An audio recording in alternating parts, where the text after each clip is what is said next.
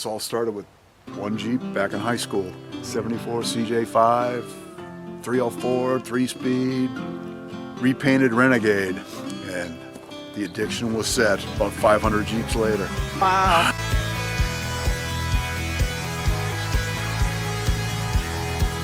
The previous owner brought this in from Michigan. They moved to Colorado, and this Jeep has probably done every trail in Colorado back in the day. But it's a rusty Michigan piece, and So a question for you, you have all these Jeeps here. Are they just here for you to look at, or what are you doing with them all? saving some, buying, selling. When I quit my real job, a couple of them were gonna get built, now they're for sale. Gotta keep the lights on. And a couple of them were slated to be junked. I can't let that happen. Whoever buys it from me is not gonna junk it. Different parts for this one. I bought this one outright to build and changed my mind. I found another one, a better one.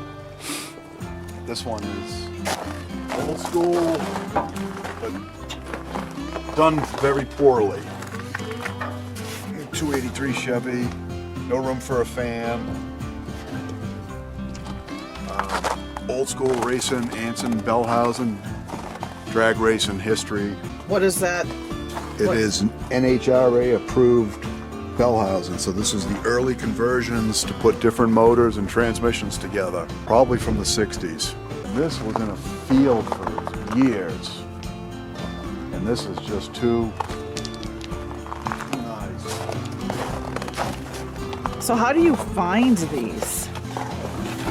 People call me. Facebook, Craigslist. I'm that guy that a lot of people call. Say, hey, I found a Jeep. It's like zero rust for 1957. Oh, so this is paint? Yeah, this one I want to get up and running. I'd love to drive it. So it's bent, and then all of them here is just like it left the factory in 1957. Obviously this was not on either coast Yes. or in the Salt Belt region of America. Look at the old school gun rack. Oh my God. Old school two-knob radio. So you would put your like shotgun in there, Oh yeah, this would be a ranch Jeep. Shooting varmints. protecting your crops and your cattle. Yeah, we buy, sell, trade, travel.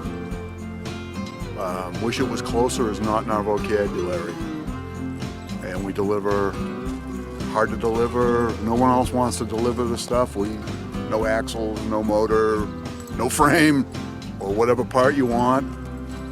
We travel. So you're married, right? Yes. What does your wife feel? How does she feel about all this? She's all for it. We travel, we have friends scattered throughout the country, making friends in Canada, Italy, Australia. Where else? There she is. So what do you think of all this hobby turned? It's a lot of business? fun. I mean, I'm learning a lot. I mean, when I didn't really know much about Jeeps before I met Bob. I've learned a lot.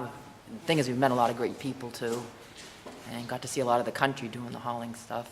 You know, so I'm hoping it works for it. It's his passion, and I support him with doing it. Wow, what an awesome collection. BC Vintage Jeeps in Delta, Colorado. BC is either before Chrysler or Bob and Cheryl. Bob searches for vintage parts. He sells them. He looks for old Jeeps. He'll haul the parts to you. He's a hauler. You know, it's so hard nowadays to ship stuff like this that it's too expensive, but Bob will bring it to your door. This is what celebrating the Jeep life is all about, meeting awesome Jeepers like Bob and Cheryl. These Jeeps are amazing. And you know what? There are so many of these Jeeps all over the United States, in a field, in an old barn. We need to cherish these Jeeps and let people see them so us new JKU guys and gals can really see the history behind Jeep. And the stories that I hear for these Jeeps is truly amazing.